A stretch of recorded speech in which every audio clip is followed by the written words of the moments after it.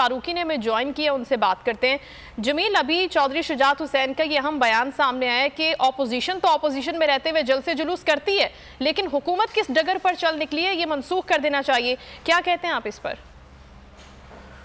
देखें, हुकूमत ने अपने सारे कार्ड्स तो बहरहाल यूज करने हैं। वो इत्तेहादियों से भी बात करेगी, अपने नाराज अरकान से भी बात करेगी, लेकिन पाकिस्तान की तारीख में शायद, if I am not forgotten, this is happening for the second time. पहली दफा ये हुआ था जब जुल्फिकार अली भुट्टो के खिलाफ कॉल दी थी हुकूमत में रहते हुए, और अब इमरान खान साहब ने डी चौक पर 10 लाख लोग बुलाने की बात कर दी है, और उसके लिए उनके तमाम तहरीकी कारकुनान एक्टिव भी हो चुके हैं। हमें कन्फ्रंटेशन की पॉलिटिक्स को अवॉइड करना चाहिए, लेकिन ये वाला जुमला चौधरी शुजात की जानिब से आना कि हुकूमत ऐसा नहीं करती, उन्हें नहीं करना चाहिए और अपोजिशन को करने देना चाहिए, तो हुकूमत क्या करे फिर? इत्तेहादियों से ब्लैकमेल हो, यानी चौधरी शुजात साहब और काफ लीग से इत्तेहादियों से ब्लैकमेल होती रहे, कोई ऑप्शंस यूज ना करे, तो बहरहाल उन्होंने अपनी पॉलिटिक्स को किसी ना किसी एंड पे सेव तो करना है।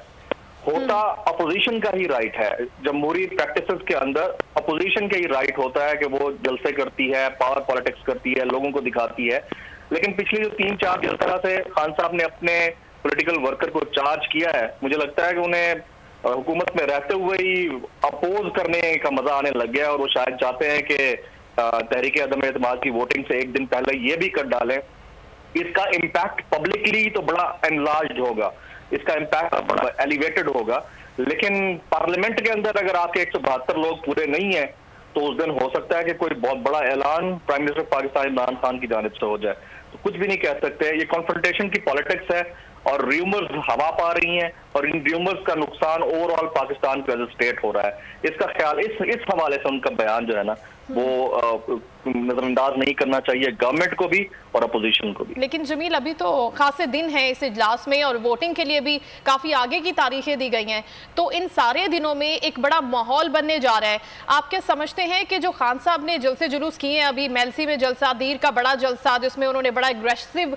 खिताब भी किया है, उससे कुछ मैसेज देना था अपने ऑपोजिशन के लोगों को और इत्तेहादियों को भी?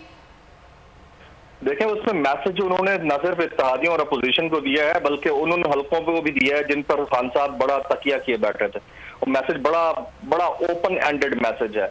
न्यूट्रल तो सिर्फ जानवर होता है, ये जुमला देना, और फिर जिस पॉलिटिक्स के ऊपर मौलाना फजल रहमान साहब की और PDM की तमाम तर जहतें खड़ी हैं, उन्होंने वोट को इज्जत दो का नारा लगाना, और उनके बारे में ये कहना कि हमें कहा यह गया है, ऊपर से ऑर्डर है कि मौलाना साहब को वो जुमला नहीं कहना जो जुमला वो अक्सर अपने जलसों में दोहराते रहते हैं। तो ये मैसेज सिर्फ अपोजिशन नहीं है, बल्कि मुख्तदर कुव्वतों को भी है।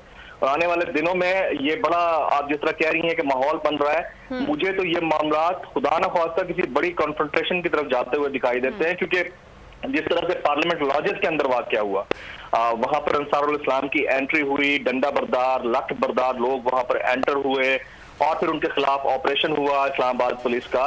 तो अगर ये बैठकर फैजाबाद पे 23 मार्च को धरना दे देते हैं, जिस दिन पाकिस्तान के अंदर परेड हो रही होगी, वो दिन इतना इंपॉर्टेंट है कि उससे अगले 3 दिन में पाकिस्तान कश्मीर के ऊपर OIC होस्ट करने जा रहा है, वज़ीर ख़ारजा कौंसिल इंपॉर्टेंट होंगे। तो 23 से लेकर 27 तक अगर यही धमाचौकड़ी लगी रही शहर इक़्तिदार और पिंडी के दरवाजों के ऊपर, और फिर 28 को जाकर वोटिंग होती है, तो ये माहौल सिर्फ चार्ज नहीं होगा, ओवर चार्ज होगा, और कोई भी खुदा न ख्वास्ता इससे फायदा उठा सकता है। कोई भी, हर मुल्क की कुव्वत भी फायदा उठा सकती है, मुल्क के अंदर इंतशार की कैफियत अनारकी की तरफ जा सकती है।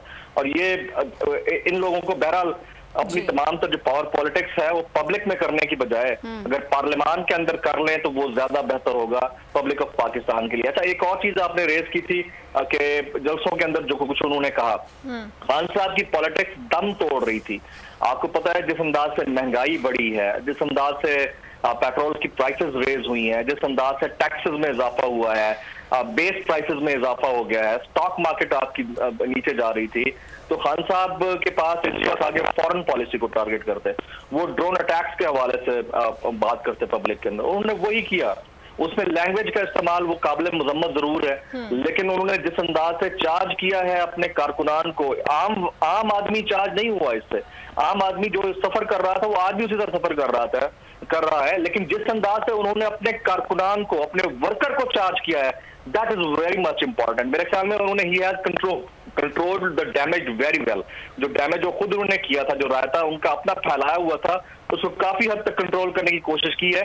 लेकिन आने वाले चंद दिन ब्रेक की पॉलिटिक्स होगी।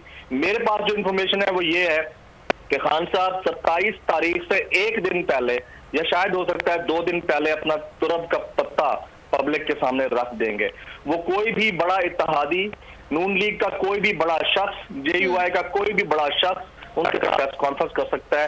मेरे पास इंफॉर्मेशन ये है। और अपोजिशन का, खासतौर पर JUI फे का 23 तारीख को लॉन्ग मार्च की कॉल देना और फिर ये कहना कि हम इसको धरने में बदल सकते हैं, ये सिग्निफिकेंट है कि नंबर्स गेम उधर भी इनके अगेंस्ट जा रही है और इधर भी इनके अगेंस्ट जा रही है। तो बॉडी लैंग्वेज से बड़ा अंदाजा हो जाता है और अगले 3-4 दिनों में हमें माहौल और ज्यादा गर्म होता नजर आएगा। ठीक है, आप बॉडी लैंग्वेज की बात कर रहे हैं। हम देखते हैं कि जो हुकूमती अरकान है वो ये दावा करते हैं कि जो इत्तेहादी हैं वो उनके साथ हैं, और ये छोटी मोटी नोक-झोंक है जो चलती रहती है, और जब बनाएंगे तो ये मान जाएंगे। और फिर चौधरी शुजात का इस तरह से बयान सामने आ जाना, हुकूमत की कारकर्दगी पर सवाल उठा देना, महंगाई की बात कर देना, क्या लगता है क्या वाकई जो हुकूमती अरकान दावे कर रहे हैं इत्तेहादियों को साथ लेकर चलने की और साथ होने की, ये दुरुस्त है? देखिए, इत्तेहादियों का साथ चलना जरूर है हुकूमत वक्त के लिए, लेकिन अगर 4-5 सीटों वाली कोई एक इत्तेहादी जमात ये कह दे कि हमें वजारत आला चाहिए, तो उसके ऊपर कमेंट ऑलरेडी आ चुका है शेख रशीद साहब की जानिब से, जिसके बाद उन्होंने उसके ऊपर माजरत की, असद उमर साहब की जानिब से आ चुका है। तो अब मेरे ख्याल में प्राइम मिनिस्टर पाकिस्तान इमरान खान और उनकी काबीना, बजाय इसके कि वो किसी एक इत्तेहादी के ऊपर रिलाय करे, वो शायद जहांगीर खान तरीन ग्रुप या अलीम खान तरीन ग्रुप, इनमें से किसी एक को तोड़कर अपने साथ मिलाएंगे। और जिस तरह मेरे जैसे एहसन इकबाल साहब कि हमारे एक रुकने कौमी असम्बली को और पंजाब के सूबाई असम्बली के मेंबर को 50 करोड़ से 1 अरब रुपए तक की ऑफर हो रही है। तो एक ऐसी गवर्नमेंट जो जिसको पता होता है कि हमारी गवर्नमेंट या हमारा वजीर आजम जा सकता है, तो वो हमेशा लूजिंग एंड के ऊपर होता है, तो वो अपने तमाम सोर्सेज इस्तेमाल कर रहा होता है। गवर्नमेंट के पास खजाने हैं, गवर्नमेंट के पास इंटेलिजेंस ब्यूरो है, गवर्नमेंट के पास मिनिस्ट्रीज हैं, गवर्नमेंट के पास पैसा है। तो अगर किसी को 50 करोड़ या 1 अरब की ऑफर हो रही है, और अगर ये नून लीग या JUI या पीपल्स पार्टी के 10-15 अरकान तोड़ लेते हैं, तो मेरा नहीं ख्याल कि इन्हें इत्तेहादियों की जरूरत पड़ेगी। जबकि हॉर्स ट्रेडिंग अगर खान साहब करे तो वो दुरुस्त है, कोई और करे तो गलत है। ठीक है, सब्सक्राइब करें और बेल दबाएं ताकि कोई खबर रह न जाए।